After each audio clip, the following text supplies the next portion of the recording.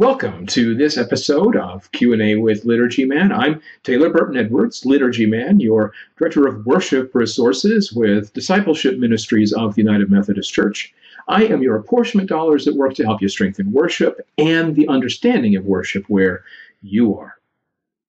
Today's question comes to us from two people, both through our UMC Worship Facebook group. Nate Melcher started a conversation there about hygiene and communion, especially this time of year with cold and flu season upon us.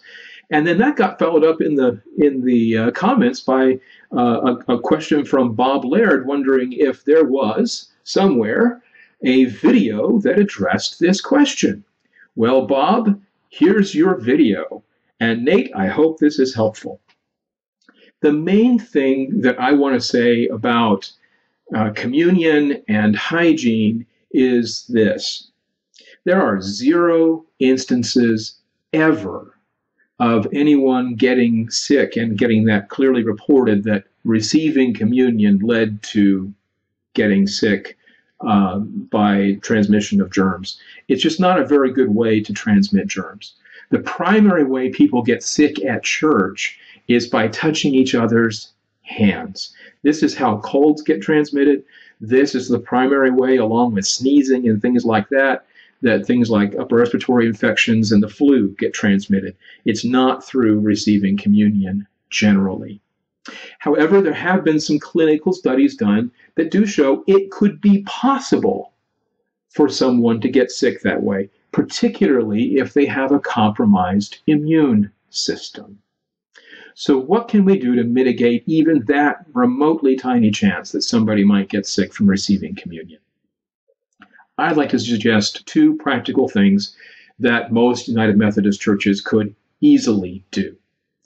Number 1 is to follow our rubrics about actually serving the bread. That is, rather than having every person take off a piece of bread from the loaf as they come by to receive the bread, actually have a server who has washed his or her hands prior to serving, take a piece from the bread, a sufficiently large piece so that when the fingers when the bread is dipped into the cup, the fingers don't get in there. So rule number 1, servers with clean hands serve, placing the bread onto the palm of the person seeking to receive it. And by the way, this is the kind of classic way in which to receive communion, the right hand supporting the left hand in a gesture of receiving it. Augustine referred to this as making an ark for the Lord with your hands. The second thing involves the cup. Most of our churches these days receive communion from a common cup by intinction. We don't tend to drink after one another. We tend rather to use intinction. But as I mentioned earlier, you could end up with your fingers in the cup, and that becomes a way in which germs can be transmitted.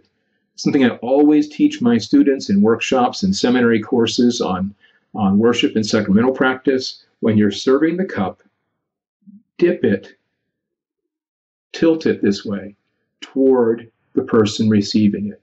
That way you'll have juice or wine, if you use wine, right here at the edge of the cup. They can put the bread right there and not get their fingers in the cup. 2 simple things. Servers serve, and those who are offering the cup, tilt the cup. That will do a great deal. You don't have to say another word about it. You don't have to call attention to cold and flu season. These 2 simple actions should give you plenty of assurance that there's nothing you're doing in serving the bread and cup, serving the body and blood of our Lord to others, that has even a slight chance of helping them get sick. I hope this has been helpful. Remember, you can always contact me, worship@umcdiscipleship.org, through our UMC Worship Facebook group, or drop a line here on this page, and perhaps your question or comment will become the basis for a future episode of Q&A with Liturgy Man. May the peace of Christ be always with you.